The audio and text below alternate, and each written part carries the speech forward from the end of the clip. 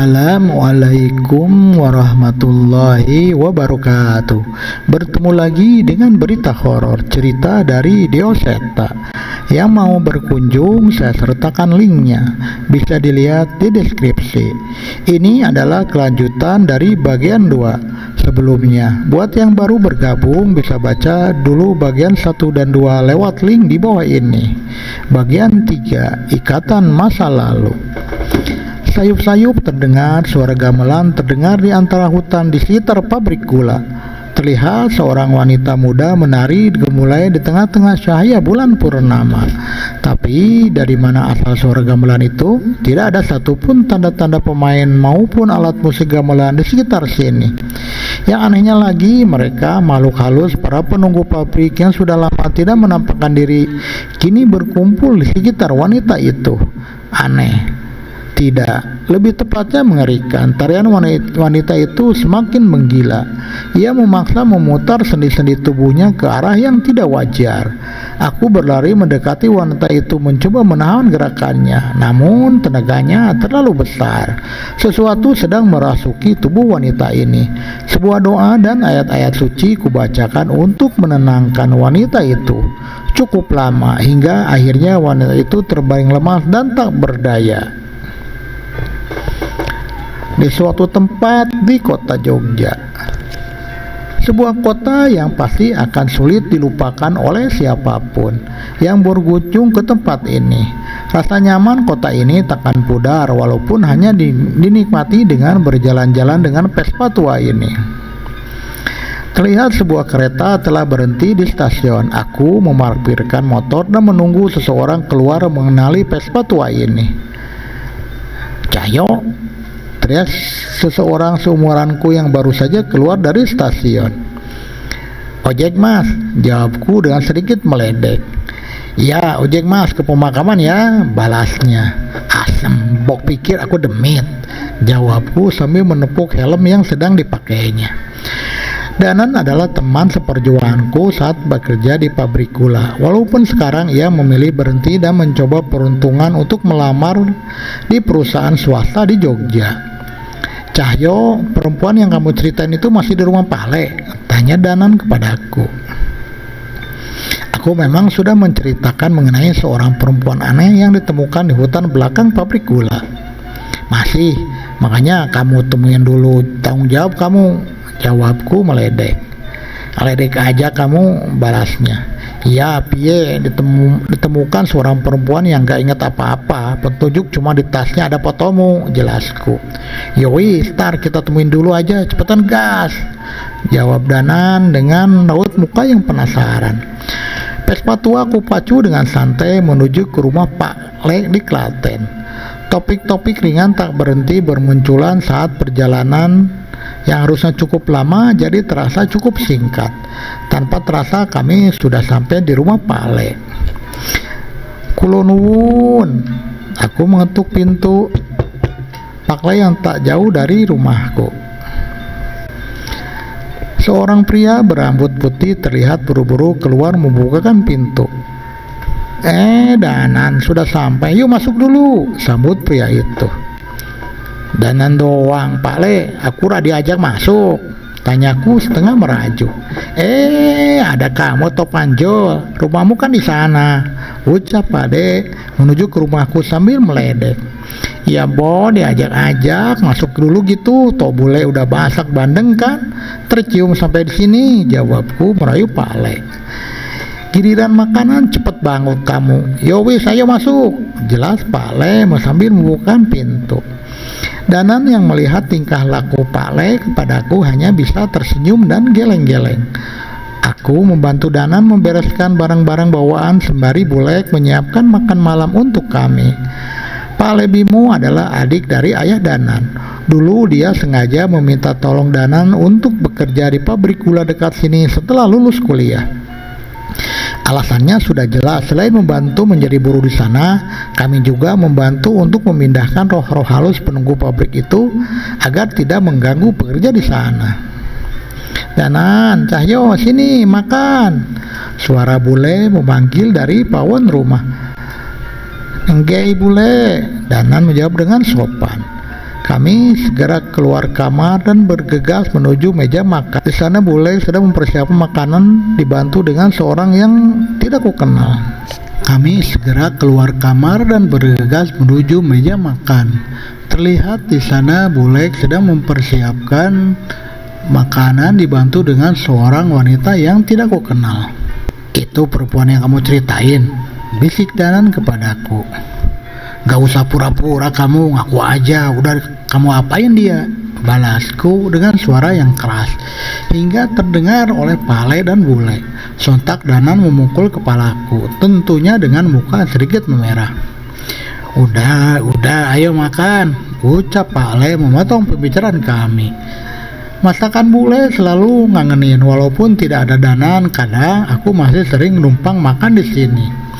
Sambal buatan bule memang paling enak setanah Jawa. Mbak, kenal sama Mas ganteng ini ya? Ucapku kepada wanita di samping bule. Wanita itu menoleh pada Danan dan mengelengkan kepala. Tuh kan, makanya jangan nuduh macam-macam, ucap Danan. Lah, itu bawa-bawa fotomu. Coba Mbak tunjukin ke Danan, ucap Cahyo. Wanita itu meninggalkan bangkunya, berlari ke kamar dan menunjukkan sebuah foto yang berisi gambar Danan sedang berpose di puncak Merapi.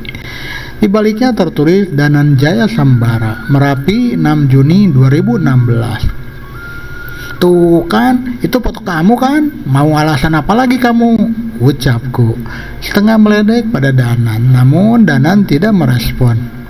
Ia mengambil foto itu dan melihat dengan tatapan serius. Ini foto ini aku ingat, aku mengirimkan foto ini ke seseorang di desa terpencil di lereng Merapi, ucap Danan. Pak Sardi, ya, aku mengirimkan foto ini saat berhasil mendaki ke puncak Merapi. Setelah sebelumnya aku tersesat di desa Windu Alit.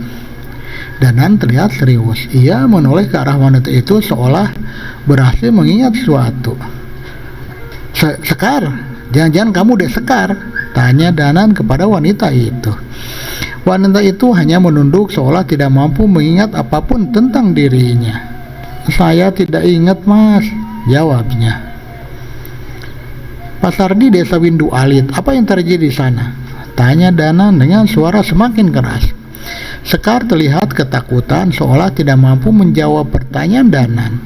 Bule memeluk pundak Sekar, berusaha menenangkan Sekar yang berusaha keras mengingat sebisanya. Udah, selesaikan dulu makannya, habis ini kita kumpul di pendopo, ucap Pale dengan tegas. Suasana setelahnya menjadi semakin serius. Terlihat dari mata Danan seolah sedang mengingat sesuatu. Pendopo Pak D terlihat di halaman belakang rumah yang bersebelahan langsung dengan hutan. Tempat yang nyaman untuk menikmati suasana malam. Kami berkumpul dan duduk seadanya. Terlihat beberapa benda-benda antik terpanjang di dinding pendopo. Nah, Danan, coba perceritakan apa yang kamu tahu, tanya Pak Le kepada Danan. Nggih Pak Le, dulu waktu saya lulus kuliah, saya sempat tersesat ke desa Windu Alit di Kagung Gunung Merapi, ucap Danan memulai. Cerita tentang sebuah desa terpencil yang di luarnya terdapat sebuah hutan misterius bernama Alas Mayit. Danan menceritakan kisahnya saat mencoba membantu warga desa mencari seorang anak yang diculik makhluk halus ke dalam hutan dengan bantuan Pak Sardi yang kemungkinan adalah ayah Sekar. Ya wis, besok kita kesana aja, kita antar Sekar, sekaligus kita cari tahu ada masalah apa di sana, ucapku kepada Danan. Jangan buru-buru, kamu ingat bagaimana kamu menemukan Sekar. Salah-salah kita berhasil sama, ucap Pak D memperingatkanku. Sekar, kamu benar tidak ingat sama sekali soal desamu? Tanya Pak D pada Sekar. Wanita itu hanya menggeleng tanpa mengeluarkan sepatah kata pun. Nah kan Pak D, kalau begini bagaimana kita bisa dapat petunjuk? Tanyaku pada Pak Le. Pak Le masih berusaha berpikir untuk menemukan sesuatu yang biasa dijadikan petunjuk. Sebenarnya ada satu cara, tapi sepertinya cukup berbahaya, ucap Danan. Kami menoleh dan mulai memperhatikan Danan. Cahyo, kamu ingat Eyang Widarpa? Tanya Danan kepadaku. Maksudmu demit kakek tua gila yang membantu kita melawan Brakaraswana? Jawabku memastikan pada Danan. Iya, aku beringat di desa itu aku pertama kali bertemu dengan Eyang Widarpa. Mungkin dia tahu sesuatu. Lanjut Danan. Pak Le mengerjitkan dahi. Terlihat ia tidak mengerti dengan apa yang kami bicarakan. Waduh, repot juga ya, nek nombok panggil terus dianya ngamuk. Bisa hancur satu desa, ucapku pada Danan. Pak Le seolah mengerti sesuatu. Ia masuk ke sebuah ruangan dan kembali keluar dengan membawa sebuah keris. Ia segera mengikat keris itu di pinggang seolah bersiap untuk sesuatu. Opo kakek tua yang kamu maksud ada hubungan dengan keris Traga Sukma? Tanya Pak Le. Iya Pak Le, kok Pak Le tahu? Tanya Danan. Wis, panggil wae di tengah kebun, sudah ada di sini, ucap Pak Le. Aku dan Danan saling berpandangan seolah masih ragu. Sekar, sini Sekar, jangan jauh-jauh dari Mas Cahyo, ucapku sekedar mengedas Sekar. Tak lama menunggu, sebuah sandal jepit dilemparkan oleh Pak Le ke arahku. Dasar panjul, jangan-jangan cari kesempatan kamu, bentak Pak D kepadaku. Aku menangis kesakitan, terlihat tawa kecil yang manis terpancar dari mulut Sekar. Jagat lembut, boten duwe wujud, kulo nimbali surga loka, surga kayangan, ketuh muli sampun nampani, tekan asan, tekan sadanten. Sebuah mantra terdengar dari mulut Danan yang sedang berdiri di tengah kebun. Terlihat sebuah keris telah tergenggam di tangannya. Rintik-rintik hujan mulai turun. Terlihat sosok mengerikan muncul dari kegelapan hutan di belakang kebun Pak Le. Kakek tua dengan rambut putih panjang berjalan dengan bungkuk menuju Danan. Bocah asu gak tahu sopan santun, sudah bosan hidup, ucap kakek itu sambil mendekat dan mencengkram kepala Danan. Aku bersiap melepas sarung dari pundakku dan menerjang kakek tua itu. Namun kakek itu terlalu cepat. Ia melompat ke atas pendopo dengan membawa tubuh Danan seperti boneka. Merespon perbuatan kakek tua itu, Pak Le segera berlari. Eyang, ada yang mau ketemu. Pak Le mendekat dengan menggenggam keris yang tadi ia pegang. Siapa kamu? Ucap makhluk itu. Saya Bimo Sambara, yang mau ketemu itu Nyai Suratmi, ucap Pak Le sambil menunjukkan keris itu kepada kakek tua itu. Terlihat kakek tua itu memperhatikan keris yang dibawa Pak Le. Raut wajahnya berubah jadi panik. Ia menjatuhkan Danan dan aku segera menangkapnya. Jangan kamu panggil perempuan itu, kakek tua itu melompat menjauh dan mencoba bersembunyi. Danan kembali berdiri dan menghampiri Pak Le. Nyai Suratmi itu siapa? Toh Pak Le? Tanyaku pada Pak Le. Pak Le tak menjawab, ia hanya tersenyum seolah menahan tawa. Kesini dulu Mbak, cucutmu ini cuma mau bertanya, ucap Pak Le. Eyang Widarpa mendekat, tapi kali ini ia mendekat dengan sedikit ragu. Danan mendekat dan memanggil Sekar. Eyang, ini Sekar dari desa Windu Alit. Apa Eyang tahu ada masalah apa di sana? Tanya Danan pada Eyang Widarpa. Terlihat Eyang Widarpa memperhatikan Sekar, namun tatapan Sekar berubah menjadi mengerikan. Hujan menjadi semakin deras. Sayup-sayup terdengar suara gamelan yang tidak diketahui dari mana sumber suaranya. Merasa ada yang aneh, Eyang Widarpa segera membelakangiku dan Pak Le. Hei bocah asu, Bimo ngumpet di belakangku, ucap Eyang Widarpa kepada kami seolah memberitahu akan adanya bahaya. Aku enggak bah, ucapku. Enggak usah, kamu yang manggil kakek tua gila kan, ucap kakek itu padaku. Aku menepuk dahiku. Rupanya Eyang Widarpa mendengar perbincanganku dengan Danan tadi. Mata Sekar terlihat semakin terbelalak. Ia mundur menjauh, mendekat ke hutan dan membentuk sebuah tarian. Suara gamelan terdengar semakin cepat, lebih cepat dari saat pertama aku menemukan Sekar. Aku berlari menerjangnya, namun tenaga yang kuat muncul dari tubuh Sekar mendorong menjauh. "Kamu tidak bisa menolong bocah ini lagi," ucap Sekar dengan suara yang menyeramkan. Di tengah hujan deras, Sekar menari kesetanan mengikuti irama gamelan. Suara gong menggema begitu keras serentak dengan pinggang Sekar yang hampir patah karena memangsa memutar tubuhnya.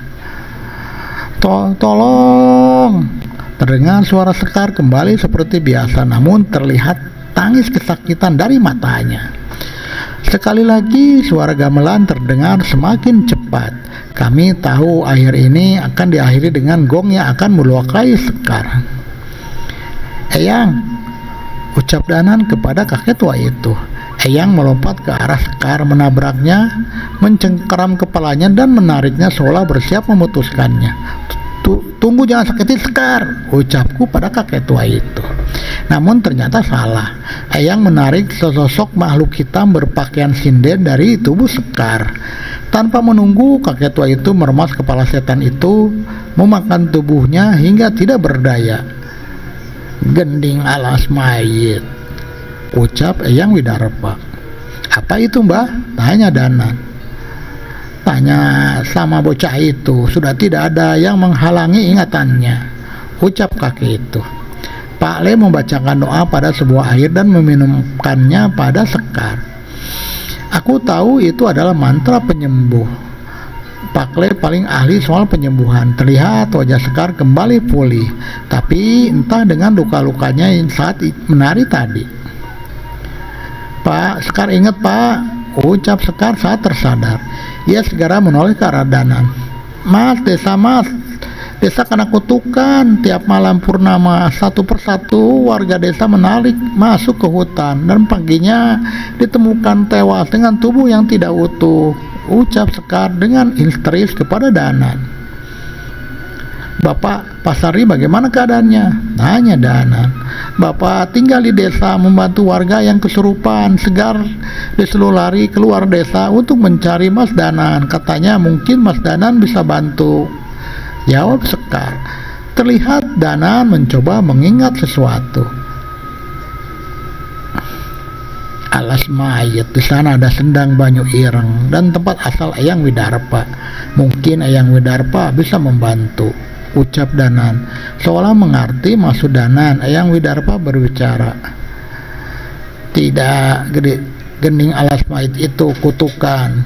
Karena perbuatan dosa, aku tidak bisa menolong apa-apa." Kami menjadi semakin bingung. Sekar terlihat sedih dan menangis. "Mbah, masa orang ono tenan jalan keluar untuk mengakhiri kutukan itu?" tanyaku mendekat. Kakek tua itu menoleh ke arahku dengan muka yang masih kesal. "Tabuh waringin, bien kui sing ngilangi kutukan gending alas mayit. Ojo takon ning ngendi," ucap Eyang Widarpa menjauh dan bersiap pergi meninggalkan kami. Hujan semakin mereda. Sosok Eyang Widarpa mulai perlahan menghilang. "Eyang!" Pak Le berlari mengejar Eyang. "Nyai Suratni sudah tenang, sudah agak di alam sini, maaf ya Mbah," teriak Pak Le kepada Eyang Widarpa yang sudah hampir menghilang. "Asu, bohongin aku ya kamu, awas kamu," umpat Eyang Widarpa sebelum menghilang. Pale tertawa dan mendekati Danan. "Udah, simpan kerismu, ntar Pak Le bisa dijewer sama Eyang Widarpa." "Pak Le, emang Nyai Suratmi itu siapa toh?" tanya aku penasaran. "Udah, nggak usah tahu, itu kisah cinta kakek-kakek. Eyang Widarpa itu orang baik, tapi entah kenapa wujudnya menjadi demit seperti itu," ucap Pak Le. "Iya Pak Le, kalau nggak ada dia dulu aku pasti sudah mati," ucap Danan. Sekar mendekat, air mata masih mengalir dari matanya. "Mas, gimana Mas? Tolongin desa Sekar Mas." "Iya Danan, kita harus bantuin Sekar. Kamu ada petunjuk mengenai tubuh Watu Waringin itu?" tanya aku. Enggak tenan, balas Sakura, ngerti benda apa itu? Jawab Danan. Hampir tak ada petunjuk mengenai benda itu. Namun apabila kami nekat menuju desa Windu Alit, sudah pasti kutukan itu mengenai kami juga. Bahkan makhluk sehebat dan sesombong Eyang Widarpa pun angkat tangan. Sudah, kita istirahat dulu. Pak Le coba meditasi, siapa tahu nanti dapat petunjuk, ucap Pak Le. Pak Le masuk lagi ke rumah dan meninggalkan kami di pendopo. Sebenarnya aku tahu seseorang yang bisa mencari informasi mengenai Tabuh Watu Waringin. Dia bisa mengumpulkan informasi dari seluruh negeri, ucap pada Danan. Nah, itu coba Cahyo, tolong bantu, kalau perlu kita samperin orangnya, ucap Danan. Coba aku cari nomor HP-nya. Dulu nomornya ditulis di radio lamaku. Sempat telepon-teleponan beberapa kali. Coba besok tak telepon, jawabku. Kami kembali ke dalam rumah. Danan terlihat sangat kelelahan. Wajar saja, dia baru datang dari luar kota dan sudah berurusan dengan hal seperti ini. Oh ya, Sekar, aku baru ingat. Gimana kabar Laksmi? Kok aku kangen ya sama dia, ucap Danan. Selesai. Bersambung ke bagian 4 dengan judul Tabuh Watu Waringin. Terus ikuti berita horor dan bagaimana kelanjutannya, ikuti terus kisah-kisah dari channel Berita Horor. Jangan lupa subscribe, share, komen, dan nyalakan tanda loncengnya supaya tidak ketinggalan dari berita horor. Sehat selalu dan berkah. Wassalamualaikum warahmatullahi wabarakatuh.